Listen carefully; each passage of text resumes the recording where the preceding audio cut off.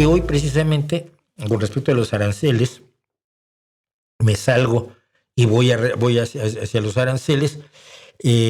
Sobre los aranceles comentaba José Luis Ferreira que la gente decía que cómo era posible que los millonarios y los que son dueños de acciones y juegan a la bolsa, porque es un juego de apuestas la bolsa, reaccionaran con tanto pánico, primero ante los aranceles y luego con tanto delirio, después de que se suspendieron parcialmente parte de los aranceles, que no todos.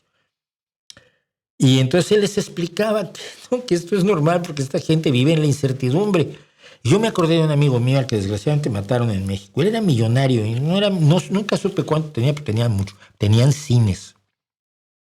Y era un tipo de dinero.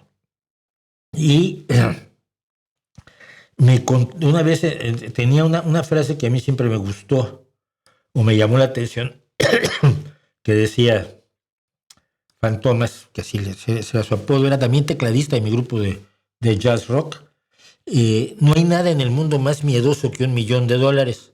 Bueno, quizás $2 millones, ¿se entiende? Y es cierto, ¿no? La reacción de, si tú tienes $1 millón invertido en algo y ese algo empieza a perder valor, lo sacas a toda velocidad, no te pones a especular demasiado, ¿no? Ahora, sobre el tema de los aranceles hay un par de cuestiones a señalar. Primero, toda la idea de la imposición de aranceles y los mecanismos decisorios para qué aranceles imponerle a cada país son absolutamente caprichosos. O sea, se los ha sacado Donald Trump del trasero. No hay más. Luego se inventaron una fórmula además que llenaron de letras griegas para que pareciera así como muy bien. Pero no, la fórmula simple y sencillamente los aranceles eran iguales a la balanza comercial sobre las importaciones. Y entonces, pues, si la balanza comercial es deficitaria porque tú compras más de lo que vendes, al dividirlo entre las importaciones te da un número y ese se supone que es el que usaron para los aranceles. No es cierto. ¿Por qué no es cierto? Ejemplo, Australia.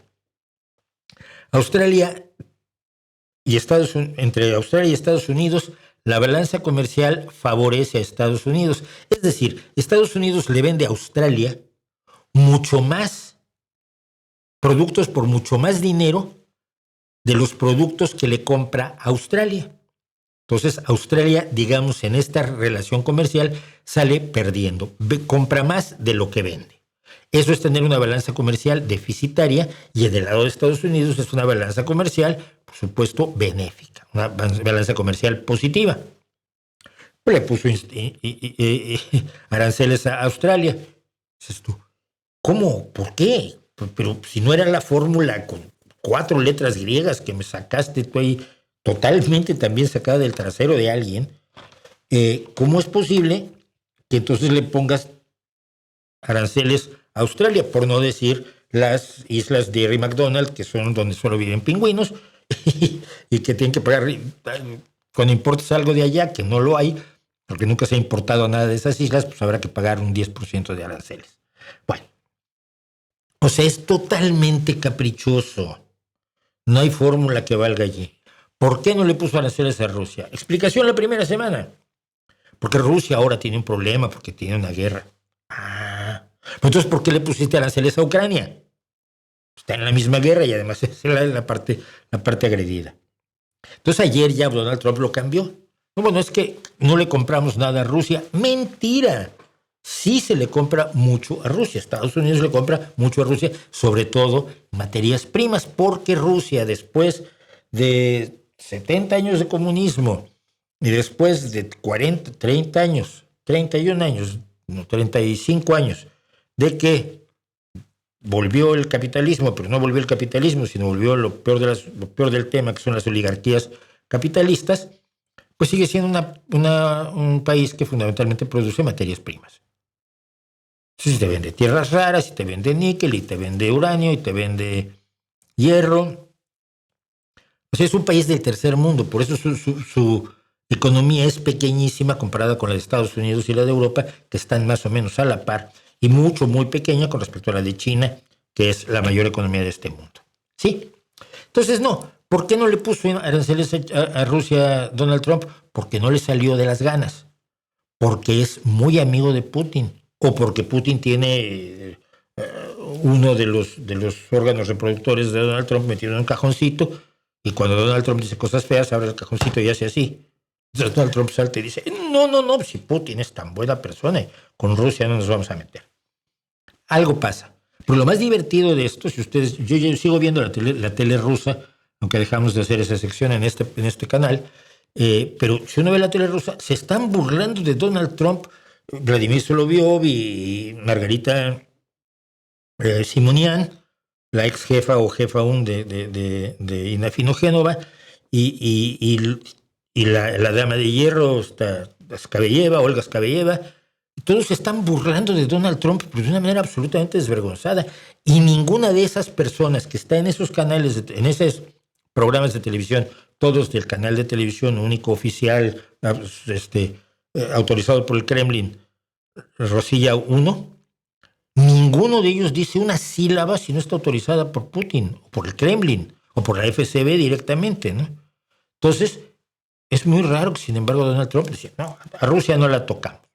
A las islas Dern y McDonald's sí, pero Deer o Dern, no me acuerdo cómo se llaman, pero a Rusia no. Una cuestión más adicional, extra, añadida, unida, ya que estoy en los sinónimos, sobre los aranceles de Donald Trump.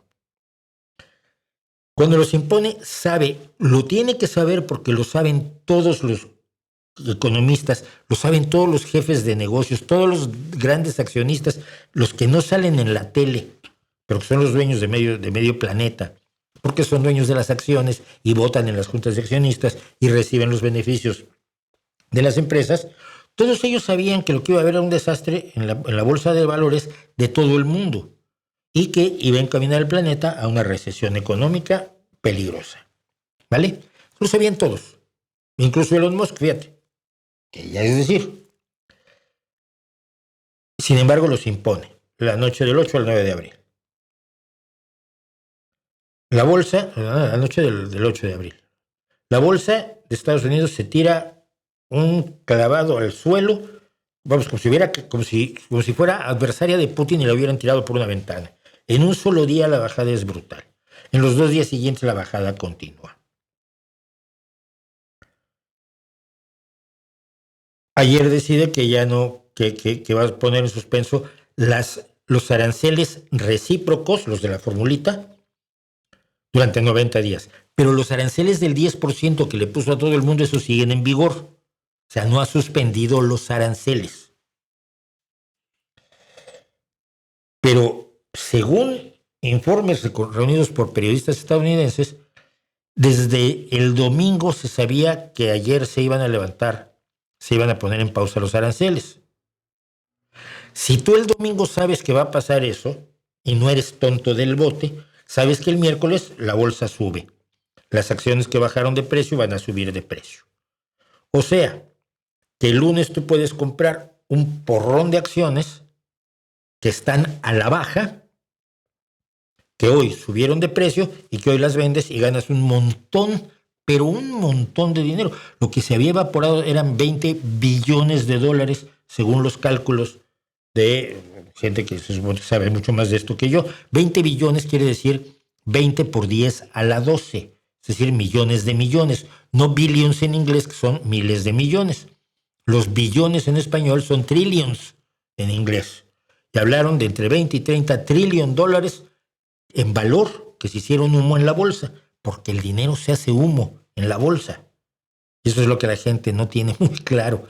Cuando se pierde, se desaparece el valor de ciertas cosas. ¿Ok? Entonces, la pregunta es quién se benefició. Porque según lo último que estaba yo viendo antes de venirme para acá, era que un experto en economía estaba analizando el comportamiento de las compras y las ventas en los últimos días del domingo para acá y dice esto, alguien sabía, alguien hizo una serie de compras fuera de lo normal el lunes y está haciendo unas ventas fuera de lo normal hoy. Y ahí hay gráficos y allí no hay nada oculto, quieran o no quieran, la bolsa es lo más transparente que hay. y alguien se llenó de dinero en esta operación. Eso es lo que podemos decir ahora de los aranceles.